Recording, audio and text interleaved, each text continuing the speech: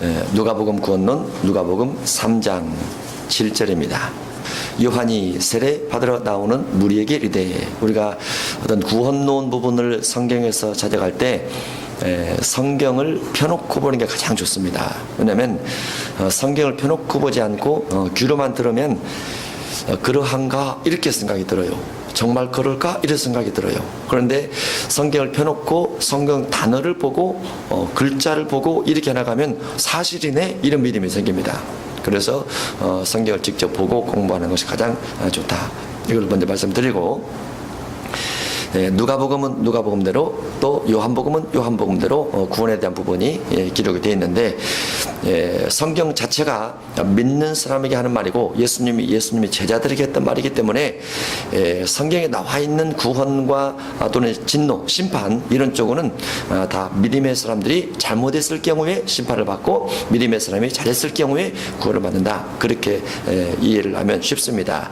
안 믿는 사람에게, 이방인들에게 했던 설교가 전혀 아니라는 거. 그래서 성경에 나와 있는 천국과 지옥에 관련된 것들은 다 믿는 사람이 이렇게 하면 천국이요, 이렇게 하면 지옥이라 라는 부분으로 되어 있다는 것을 전제로 봐도 충분하다 볼 수 있습니다. 누가복음 3장 7절, 요한이 세례 받으러 나오는 무리에게 이르되, 독사의 자식들아, 누가 너희에게 일러 장차 올 진노를 피하라 하더냐. 세례 받으러 나오는 무리에게, 세례 받으러 오는 무리에게 독사의 자식들아 라고 말합니다. 독사의 자식은 천국 자식의 반대죠. 그러죠? 그러면 독사 자식은 천국에 있으면 안 되죠. 그럼 우리가 천국에서 독사 자식이랑 같이 살아야 되잖아요. 그렇게 안 되는 거죠. 독사의 자식들아, 누가 너희에게 일러 장차 올 진노를 피하라더냐. 그러면 독사의 자식들에게는 결과적으로 무엇이 있게 되는 거죠? 장차 올 진노가 있다고 말이죠.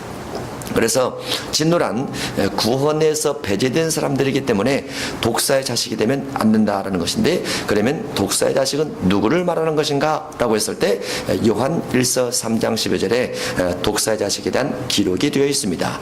요한 1서 3장입니다. 요한일서 3장 8절부터 12절까지, 죄를 짓는 자는 마귀에게 속하나니 마귀는 처음부터 범죄함이라.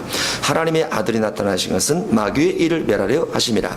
하나님께로부터 난 자마다 죄를 짓지 아니하나니 이는 하나님의 씨가 그의 속에 거하며 그도 범죄하지 못하는 것은 하나님께로부터 났음이라.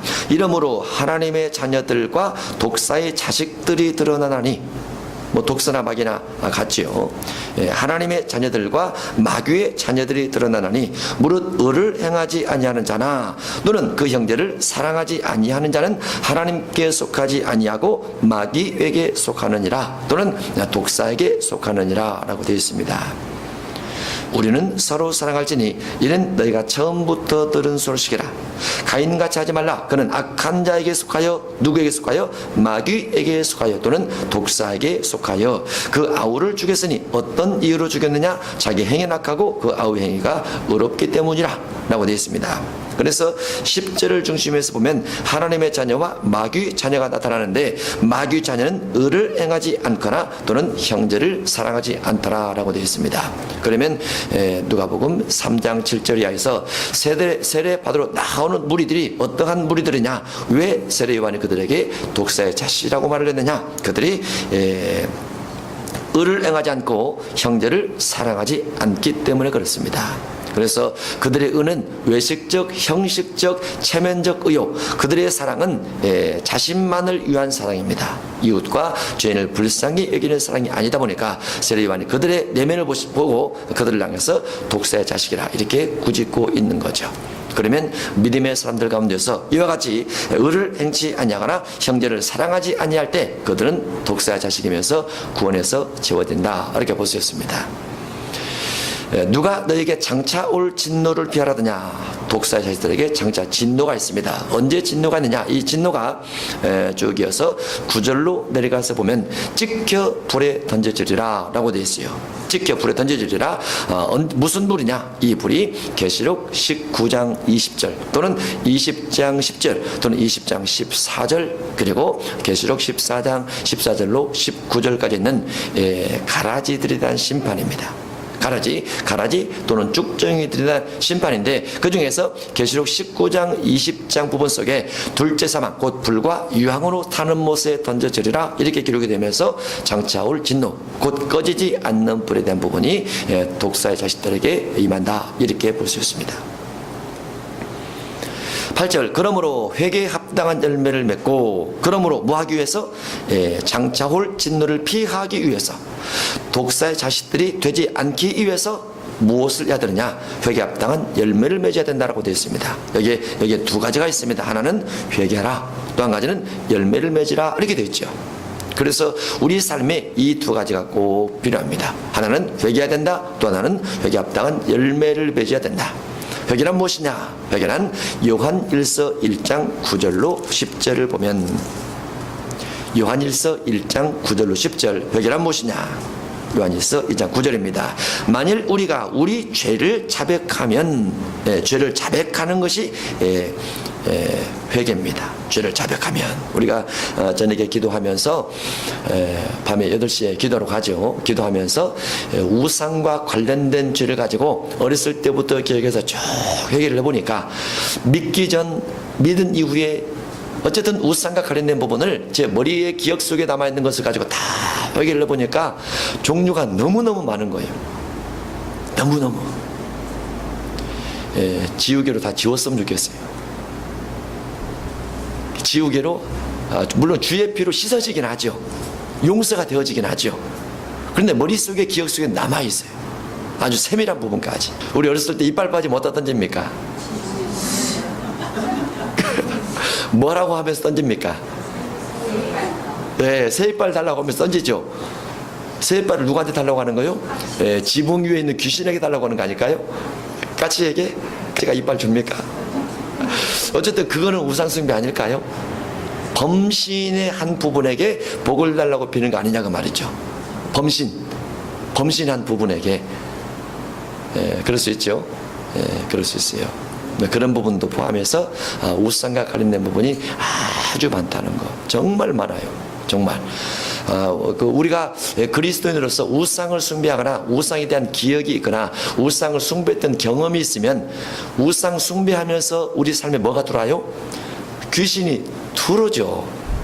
마태복음 12장 25절에 있는 것처럼 귀신이 들어와요. 돌아서 집과 동네와 국가 속에 지배력을 강화시킨단 말이죠.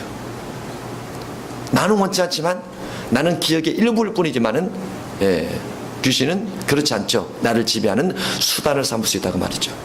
그래서 우상 숭배 부분이 특별하게 어떤 큰 조각을 세워놓고 우리가 절을 냈거나 그런 것뿐만 아니라 자그마한 부분에서도 삶의 어떤 일상적인 부분처럼 들어있는 부분에서도 상당히 많이 있는 것들을 우리가 그리스도 예수 안에서 하나님께서 하나님 외에 다른 신을 섬기는 것을 극도로 싫어하시고 3, 4대 저주하리라, 나를 미워하는 자를 질투하리라 하면서 말씀하신 부분이 출애굽기 20장이 되어 있기 때문에, 그런 부분을 기억해서 절제하게 배제를 시켜야 되지 않을까, 또는 회개해야 되지 않을까, 이렇게 생각을 해봤어요. 기도하면서 그런 기도하면서 주셨던 그런 내용들에 대해서 쓴뿌리의 우상 숭배 쓴뿌리의 목록을 쭉 적어가려고 하고 있습니다. 여러 분야에서 아주 많아요. 여러 분야에서 우리가 젊을 때 다 저절로 여행 가죠. 저절로 여행 가잖아요. 저절로 여행 가서 참 경치가 좋고 시원하고 고요하고 평안하고 그런 말 하죠. 그리고 거기서 밥도 먹고 오고, 역시 산채 비빔밥이 맛있어 하면서 그 먹고 오지 않습니까? 공들인 밥 아닐까요? 우상 제물 아닐까요? 그곳에 시주한 사람이 우리가 우선에게 복을 달라고 시주한 거 아닐까요? 역사 탐방한다고, 역사 탐방, 문화재 탐방 한다고 다녀온 거 아닐까요? 그 기와 지붕 끝들이에 다른 나 가지고 땡그랑땡그랑 소리 나는 것 보고, 소리가 참 맑다, 그러지 않았을까요? 12월 31일 날 밤 12시 되면 종 치죠? 몇 번 치죠? 33번. 왜 33번 맞췄을까요? 33인을 기리는 거 아닐까요, 혹시?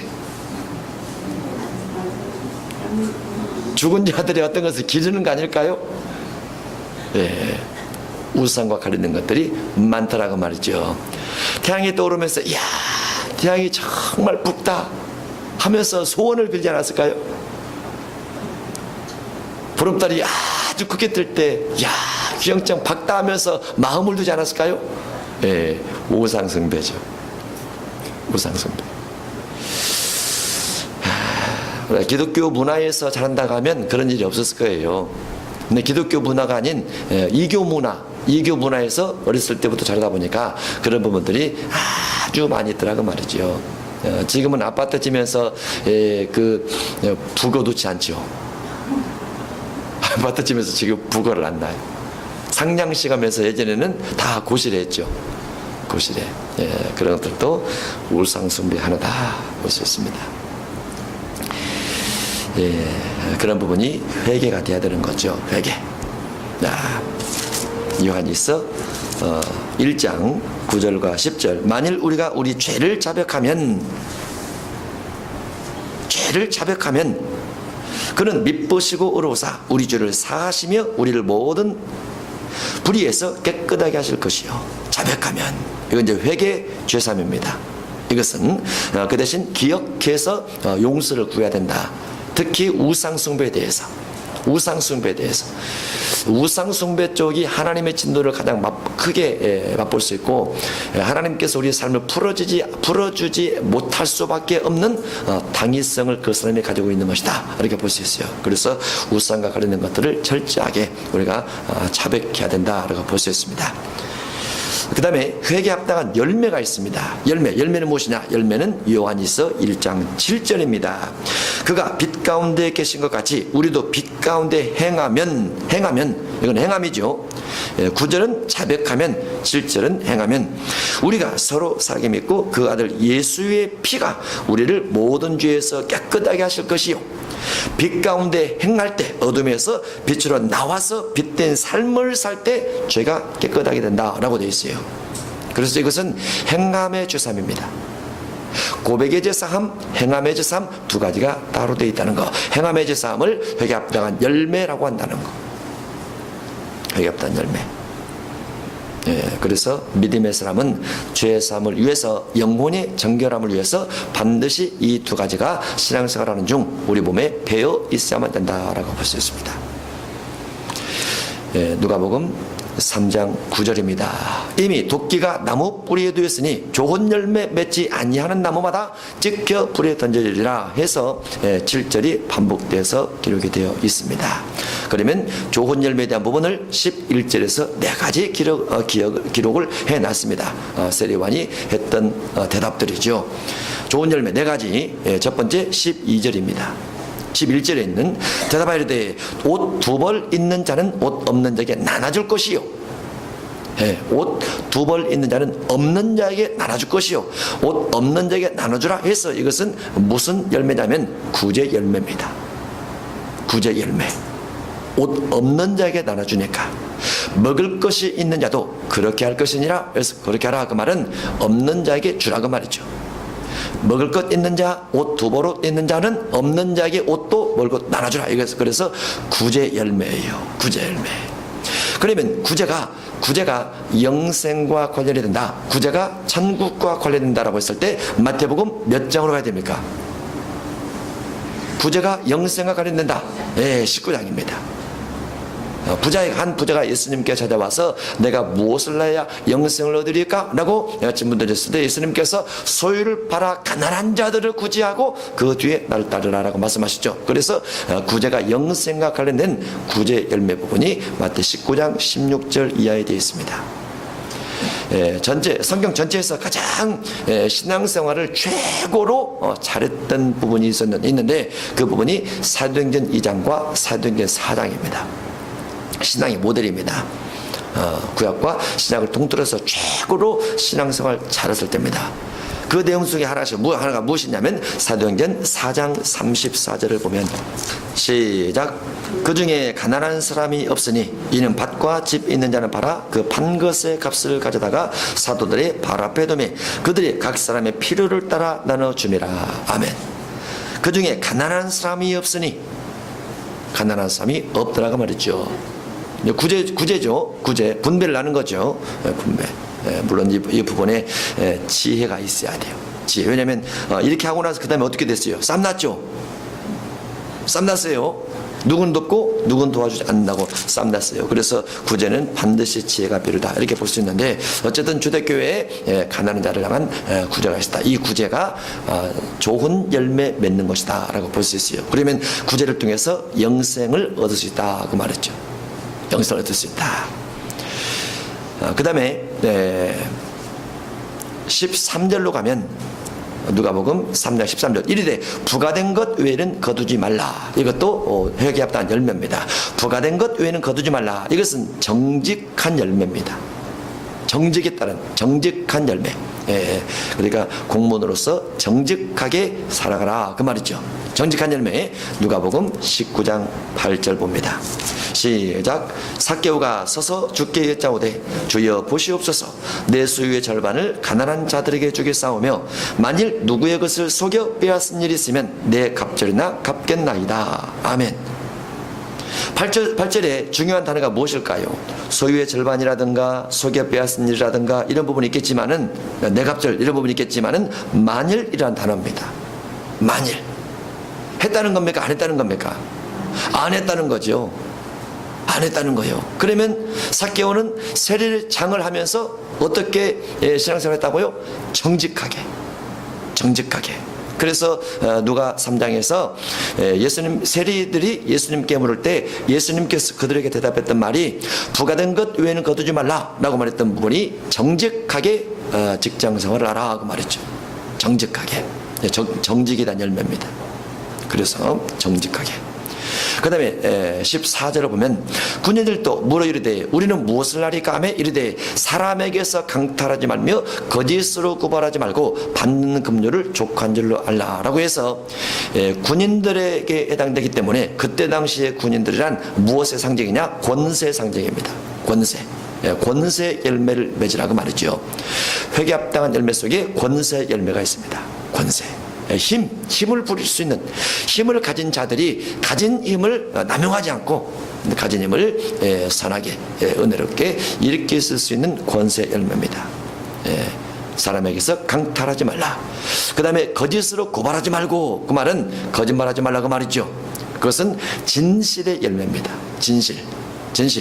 받는 금료를 족한 줄로 알라. 그 말은 노동의 대가만큼만 받으라고 말이죠. 네가 노동은 이만큼 하고 많이 요구하거나 많이 데모를 해서 얻어내려고 하지 말라 그 말이죠. 노동의 대가만큼 얻어라 이렇게 되어 있습니다. 진실의 열매, 노동의 대가의 열매입니다.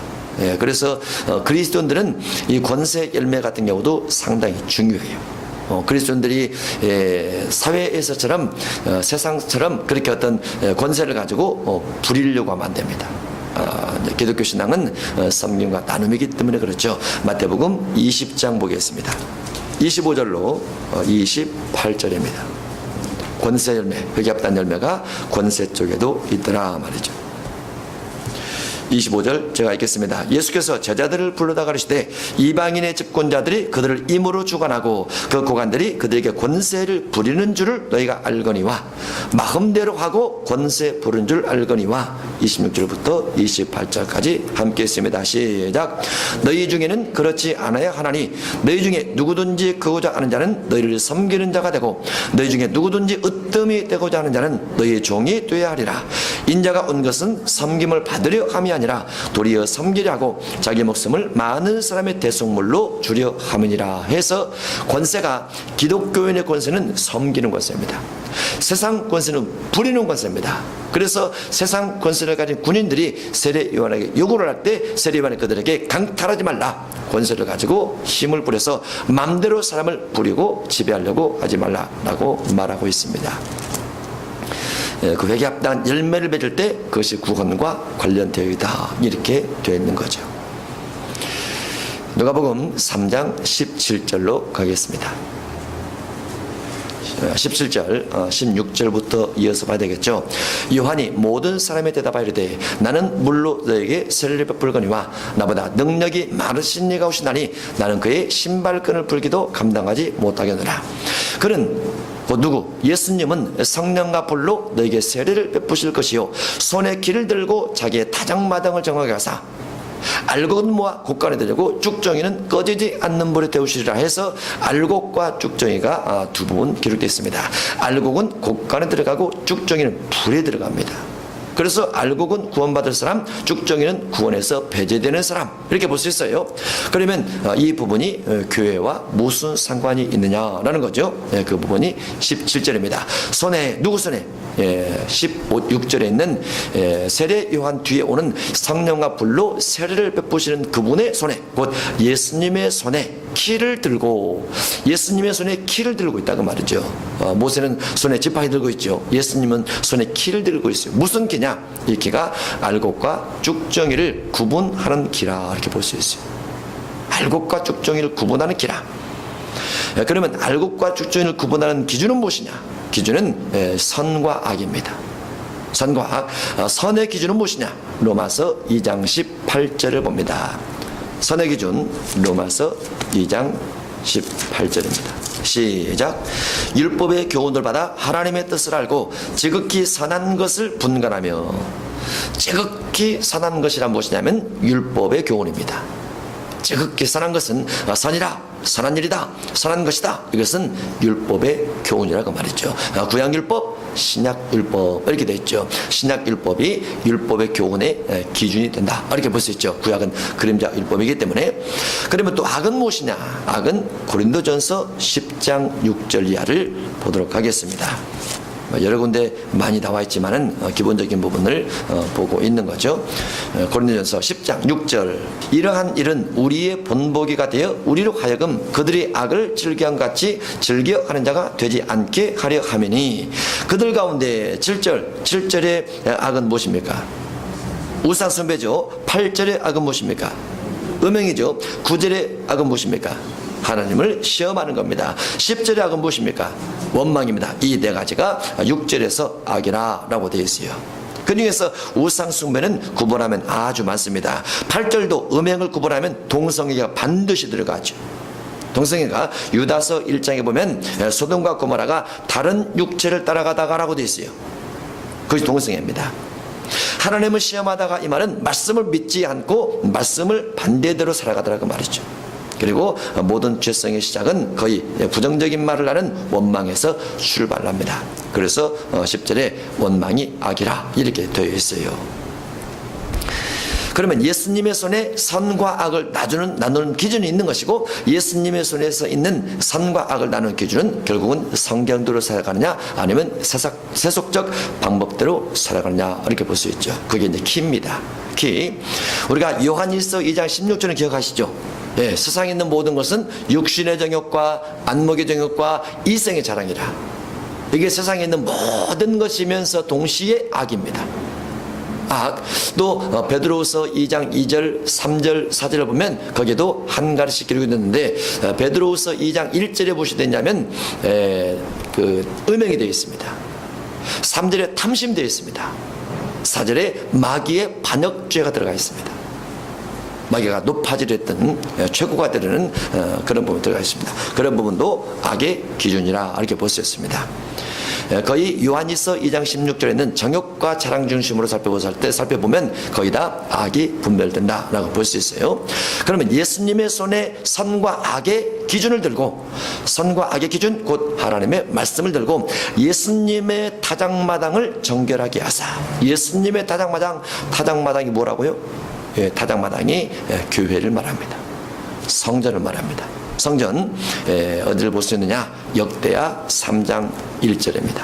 예수님의 타작마당이기 때문에 예수님의 성전을 의미해요. 예수님의 성전을 의미하고, 오늘날로 하면 주님께서 주인 되신 교회를 말한다, 이렇게 볼 수 있죠. 그래서 자기의 타작마당을 역대하 3장 1절입니다. 시작.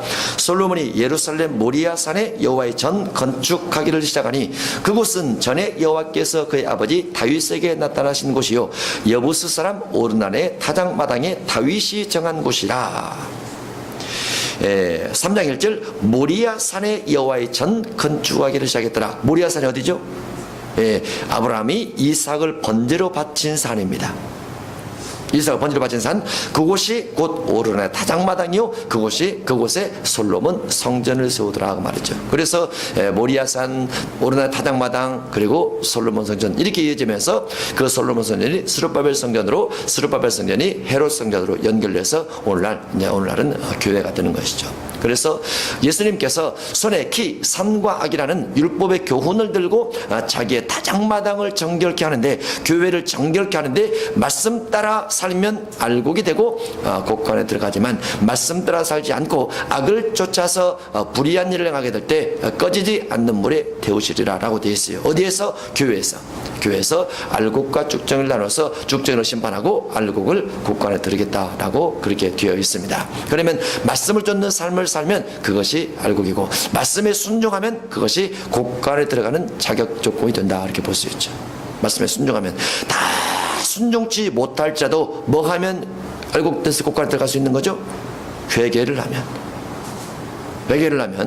그래서 회개가 너무너무 중요하죠. 회개. 우리가 여기서 알곡의 기준에 대해서 몇 가지 한번 쭉 기억나는 대로 한번 살펴보도록 하겠습니다. 마태복음만 가지고도 봐도 충분하죠. 알곡의 기준. 마태복음 13장. 마태복음 13장 제목이 무엇입니까? 천국 7가지 비유죠. 그러면 거기에 있는 천국 7가지를 지켜 살면 알곡이죠. 곡간에 들어가는 걸 전제로 했을 때. 그 다음에 마태복음 18장 제목은 무엇입니까? 용서죠. 용서가 알곡의 대상입니다. 용서한 자. 마태 19장은 무엇입니까? 구제 영성이죠. 구제할 때 영성에 들어갈 수 있다 볼 수 있습니다. 마태 22장 무엇일까요? 예복을 입는 거죠. 예복을 입으면 알곡입니다. 마태 24장 예수님께서 전임할 때 노화의 때와 같으리니 라고 되어 있는데, 그런 부분을 지켜갈 때 먹고 마시고 시집가고 장가가고 있으면서 이런 부분에 노출돼서 깨닫지 못하면, 그래서 주맞을 준비를 하지 못했을 때 심판으로 가게 되는데, 그와 같은 시대에 성령 받은 하나님의 사람이 진리의 말씀을 쫓아 계시록 11, 12, 13장을 지켜 살 때 그것을 알곡이라고 한다 볼 수 있습니다. 마태복음 25장 알곡 세 종류 있죠. 기름, 달란트, 그 다음에 양. 계시록 2장 3장 알곡이 있습니다. 기억하시죠? 어떤 사람이 알곡이죠? 이기는 자. 자, 이기는 자. 계시록 7교회, 에베소 교회 이기는 자 누굽니까? 저금사랑 점행위를 가진 자. 서머나 교회, 환난과 공백 가운데서 죽도록 충성한 교회. 버가모 교회, 니골라당의 교훈을 삼가라. 두아디라 교회, 자칭 선지자 이세벨을 용납하지 말라. 사대교회, 죽은 행실을 회개하라. 빌라델비아 교회, 열린 문이 있는 교회죠. 말씀에 순종한 교회. 라오디게아 교회, 확신한 신앙으로 세 가지를 살아. 그거죠. 확실한 신앙으로 세 가지를 살아. 첫 번째, 불로 연단한 금. 두 번째, 흰옷. 세 번째, 안약. 이기는 자입니다. 그게 알곡이에요. 알곡. 다 교회의 한 말입니다. 안 믿는 자에게 하는 말이 아니고. 계시록 12장 17절 알고겠죠? 종말 시대는 이거 꼭 기억해야 된다고 그랬죠? 계시록 12장 17절 하나님의 계명과 예수님의 증거. 계시록 14장 12절 똑같죠? 하나님의 계명과 예수님의 증거. 하나님의 계명은 모세의 율법이요, 예수님의 증거는 예수님의 율법입니다. 그래서 두 가지를 합친 것을 간직하고 있는 자가 마지막 시대에 구원에 들어가게 되죠. 그래서 모세의 율법도 배우고 예수님의 율법도 배우고 이 두 가지를 합쳐서 신약을 우리가 봐야만 된다. 구약을 보되 반드시 신약을 첨가를 하고, 신약을 보되 구약에서 원인된 것을 끌어와서 같이 볼 수 있을 때 하나님의 계명, 예수님의 증거를 가지고 있다라고 볼 수 있습니다. 계시록 13장 시대에 구원받는 사람 누굽니까? 알고 우상 숭배하지 아니하고 표를 받지 아니한 자. 표를 받지 아니한 자. 무엇이 표냐라고 했을 때 가장 정확한 증거는 매매 수단이 되는가, 매매 수단인가? 그게 알곡에 해당되는 조건들입니다. 이것은 교회 밖에 사람들에게 하는 말이 아니고 교회 안에 있는 주님의 타당마당, 주님의 교회에 있는 사람들을 향해서 알곡과 죽정을 구분하는 구원론이 틀림없다라고 볼 수 있습니다.